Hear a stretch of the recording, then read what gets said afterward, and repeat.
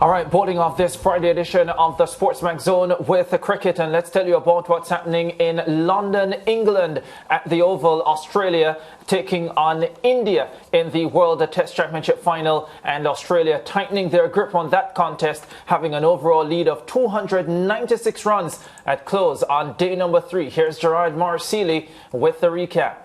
The ball for the captain to take. India resuming their first innings, reply on 151 for 5 with Ajinkya Rahane and Shrikar Bharat at the crease. It seemed as if the Aussies would continue their dominance in this test when Bharat was removed early by Scott Boland for 15. But Ajinkya Rahane ensured the Indians survived. He showed heart and a fighting spirit, digging into the skin and frustrating the baggy greens. His half-century would come up soon before lunch, pushing the Indians to win their first session of the match and head to the break on 260 for 6. It took a bit of brilliance from Cameron Green at Gully to get rid of Rahane after the break. Talking about this, that's a catch for the ages in the ultimate test match. And that was all Australia needed to get back in this game. How often do we see that? Their fast bowling quartet combined for 9 wickets in their innings, led by 3 for 83 from Cummins. India lost their last 3 wickets for 35 runs, eventually being dismissed for 296. Australia starting their second innings with a 173-run lead, but they didn't get off to the start they would have wanted, losing David Warner early. Khawaja's struggles against the Indian quicks continued, and he too was dismissed cheaply. Steve Smith and Marnus Labuschagne did what they do ever so often for the baggy greens, stabilizing the innings. The two shared a partnership of 62 runs for the 3rd wicket. But a pair of centuries for Smith was not to be. Gone for 34. Australia 86 for 3 at that stage. Travis Head managed to squeeze in a couple of sixes before the end of play. But his aggression was his demise, and he gifted his wicket to Jadeja for 18. Australia went on to finish the day on 123 for 4, a lead of 296 runs. Yeah, India fighting on day number 3, but a lot of work still to be done if they are to make a match of this World Test Championship final. Fazir Mohammed joins us. Faz, another fabulous day for the Australians, day number 3, and it sees them, one would think, in complete control of this test match, would you say? Almost complete, because you never really can rule out India maybe picking up a few early wickets on the 4th morning and limiting that overall lead. But again, anything close to 400 is going to be extremely difficult. But at this point, you'd have to say that the Australians are the ones dictating the pace, and they'll certainly be looking to push that lead significantly beyond the 400 run mark going into day 4. And as we looked at the highlights there, we omitted 2 key points. The catches that were dropped of Shardul Thakur early on that 3rd morning, and indeed, if those were taken again, we could probably just speculate that the lead would have been even bigger. I don't think Australia would have been forced to follow on anyway, but at least it showed that India had a bit of fight in them, led by Rahane. But at the end of it all, as we sort of surmised at the end of day 2, that we expected that Australia would be working themselves into a stronger position by the end of day 3. Yeah, talk to me about Ajinkya Rahane's knock, because it came in trying circumstances. The Australian fast bowlers pumped up, the Australians smelling the opportunity to put this test match beyond India, and he certainly led the way in giving India a fighting chance in this game. Well, the Australians would know only too well that that's what Ajinkya Rahane is all about. You'll recall that 2020-2021 Test Series when they were routed for 36 in the day-night Test match in Adelaide. Virat Kohli left the series to attend to his wife, who was due to give birth to their child.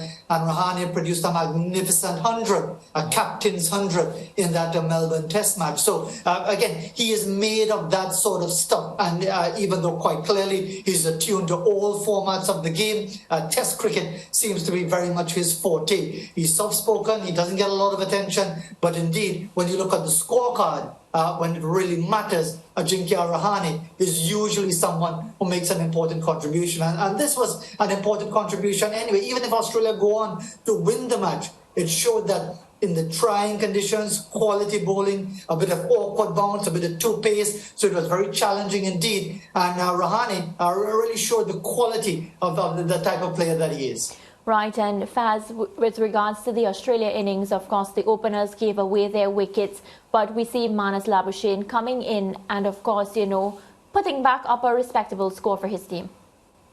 And also, again, you talked about the openers giving away their wickets. So that's the weakness for left-handers. For so many left-handers, not just Warne and Khawaja, as in this instance, but the delivery angled across them invariably causes challenges, especially when they're looking to score. And that's the Australian way of playing positively. We talked about this on the first day when we were talking about Travis Head's 100 and to a lesser extent Steve Smith. Now, if you look at it in isolation, the way Smith got out, virtually a wild swipe that ended up over extra cover and he was looking to go straight. And then Travis Head caught and bowled. You'd say immediately irresponsible, reckless, deserve to be dropped, all that sort of thing. But again, you have to put it in context. They played valuable innings in the first knock. They are looking for runs. They take on the challenge, and that's the chance that you take. Sometimes it works, sometimes it doesn't. In this case, it hasn't worked for them. But as you said correctly, Mariah, you've got Marnus Labuschagne, you've got Carey, you've got Green, you've got quite a bit of batting still to come. And Australia must be thinking with their continuing positive attitude that an overall lead beyond 400 is well on the cards. Yeah, and Ricardo brought up Ajinkya Rahane, what I noticed, and he spoke about how the trying innings that he had to bat, his right forefinger was heavily strapped. Do we expect him to bat in the second innings? And if he does, you know, will he be able to do what he did in the first? Because the way how the finger is strapped, it's a cause of concern. Well, it would be because quite clearly a lot of batsmen are being struck on the fingers, especially the Indian player, Shardul Thakur, took quite a few blows on the body in the course of his innings. And again, he might suffer some after effects of that. But this is what Test cricket is all about, Mariah. You know, we get so accustomed, so attuned to the batsmen dominating in the T20 format, to a lesser extent in the one-day format. But when it comes to Test match cricket, it's a different story altogether. This is where you get the red ball. This is where you get a pitch with a bit of seam movement, with some cracks and some variable bounce. And therefore, if you're a quality batsman, you are going to have to cope with these challenges. So yes, if it becomes a factor on the last day, I would expect that Ajinkya Rahane will come out to bat if it is about India saving the Test match or maybe even winning it depending on the circumstances, because Test cricket is that type of game. It requires a bit of character. It requires a bit of self-belief. It requires that sort of understanding that unlike the T20 format, which is really about short boundaries, wide balls, and everything else, the Test match format almost evens out the contest between bat and ball and indeed results in quite a few blows about the body. Yeah, two moments stood out for me today, Faz. One was, I think it was a tea time break when they were having a discussion reminiscing on the powerful 1984 West Indies team, and Ravi Shastri speaking glowingly about Clive Lloyd's 1984 team. Ricky Ponting made his comments. Obviously, he didn't play then, but he knew a lot about the quality of that team. And as a West Indian, you know, we deserve to have some of those moments when people speak glowingly about West Indies cricket, Faz. But also the catch by Cameron Green at slip, 6 feet 6 inches tall. Not easy for a big man to take a catch like that. Indeed, and it harkens back to another big man, one Joel Garner, the big bird, who used to field that gully and take virtually everything. But just quickly to your point about those references to the West Indies, I know you feel a sense of pride about it, Lance, but for me it's very painful because you hear all these discussions about the West Indies team. They always reference the West Indies dump, because those commentators are former players from that era. They all reference it. And here we are now with the West Indies, probably not with even the slightest chance of getting to a World Test match final. But this is where we are, but at least there's some reassurance to know that we're not forgotten. Well, Faz, let's hope that this next story will ease your pain. The West Indies completed a whitewash of the United Arab Emirates, winning the third and final one-day international in Sharjah by 4 wickets earlier on Friday. Here's Gerard Marsili again with the recap. I've got Carlos Brathwaite alongside me. Carlos. United Arab Emirates batting first for the second time this series in this third and final ODI versus West Indies. Skipper Mohammed Wasim got the ball rolling for the UAE with a couple of boundaries. He and vice-captain Vrita Aravind were the top scorers in the innings. The two combined for a second wicket partnership of 69 runs. Wasim was dismissed 8 runs short of a half-century, cleaned up by Raymond Reefer. And Aravind continued to push on the scoring, bringing up his half-century in the 17th. Driving down the ground, and he's making it a habit to lift his bat. The team loves it. The fans at the Sharjah Stadium love it. And we're liking what we're seeing. It's a name that we'll hear a lot more of, 50 or 42 for the youngster. And they soon found themselves at 166 for 6 when Kevin Sinclair got the better of Aravind. Fortunes turned on the UAE by the 24th over, and a major collapse sparked. Sinclair was the enforcer of the UAE's collapse, taking 4 for 24. And what looked like a score well over 250 at one stage ended up being 184 all out after 36.1 overs. Dominican Alec Athanaze spearheaded the Windies' pursuit of 185. The left-hander struck 12 boundaries in his 45-ball knock. Athanaze was aggressive throughout the innings, striking at 144.44. And he brought up his half-century in 26 deliveries, the second fastest by an ODI debutant. However, he couldn't see the Windies over the line, going via the LBW route for a well-played 65, with the Windies 83 runs within victory. They had a slight scare on their way to the target, losing 3 wickets for 13 runs. But the Windies eventually got over the edge, reaching 185 for 6 to win by 4 wickets and sweep the series 3-0. Yeah, thanks to Gerard Marcilla for that report. So the West Indies going into today's third one-day international without regular captain Shai Hope, also without Brandon King, who was vice-captain for this campaign, and Roston Chase taking charge of the team for today's match. And first of all, the West Indies doing quite well, fans, because at one stage UAE 142 for 3 in only the 23rd over, and they looked on course. Gerard said for about 250, but in many ways you would be thinking that they could have gotten to 300 at that stage, but the West Indies managed to pull it back. Yeah, they did very well. And just to answer your surely rhetorical reference a while ago, it doesn't ease my pain for the West Indies to beat the UAE. So let's get that out of the way immediately. But yeah, you know, the West Indies have won the series 2-0. The UAE are really a very ordinary team. And yes, they might have been well placed at one point, but they don't have the quality, they don't have the depth. One man, Vrita, getting 74, very little else.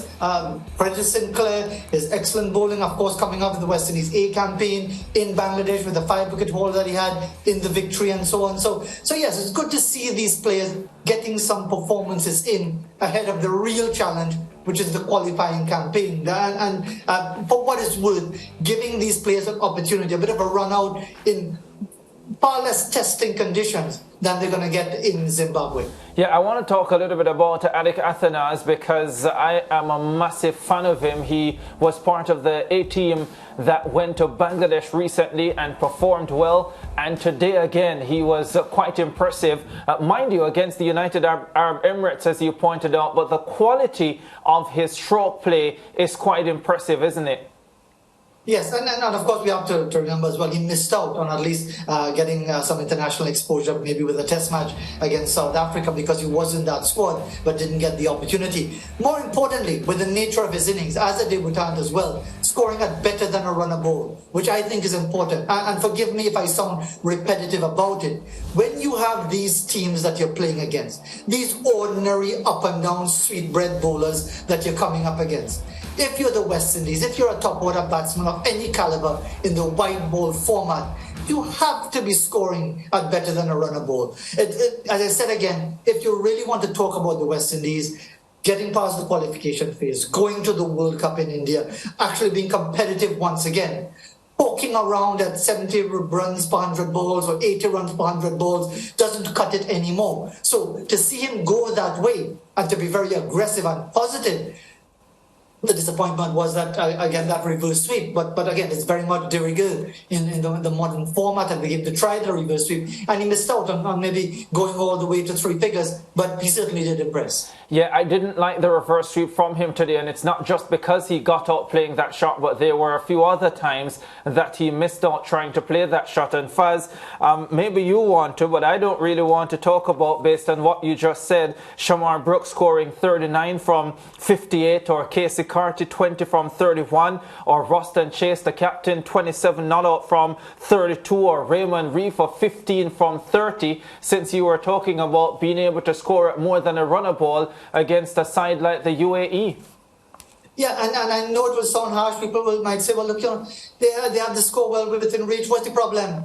The problem is that this is prep. This is preparation for a greater challenge. So you should be setting yourself certain targets. Yes. You've actually agreed to experiment for this match. The series one, there's no Shea Hope, and the regular vice captain is also rested. So we know what the message is for this match.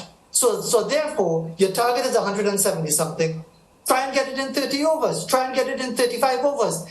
Okay, you might lose a few wickets along the way, but the point is, how do we know if our players have been tested to the level where they are required to go out better than a runner ball from the start of the innings against better quality bowlers on a pitch maybe in Harare that might be a bit sticky, might be a bit too paced, and so on. So yes, I understand that a win is a win, but it has to be taken in the context of what you're preparing for. Yeah, and 30 seconds, Faz, on Kevin Sinclair and his player of the match performance, 4 for 24. Very confident young man, and you from the moment you saw him in the regional game, you saw the self-belief, you saw the confidence. You're happy to see him enjoy the success, and really you can only hope that he kicks on to the higher levels and is actually able to be consistently successful at the highest level. Yeah, by the way, Brandon King, 176 runs in the series. He was named a player of the series, of course, didn't play this third one-day international. Faz, thanks very much. We'll be chatting a lot more on Monday. We'll talk about the conclusion of the World Test Championship final and India's miraculous turnaround of that Test match. And in a week or so, we'll be talking about the West Indies performing brilliantly at the World Cup qualifying tournament and advancing to the World Cup later on this year. Is this SportsMax Zone, or is this Anansi tells another story? No, I think Ricardo is losing it. Faz is looking into his crystal ball. I think that crystal ball needs to be polished. Well, it also says City will lose tomorrow. We take a break on the SportsMax Zone.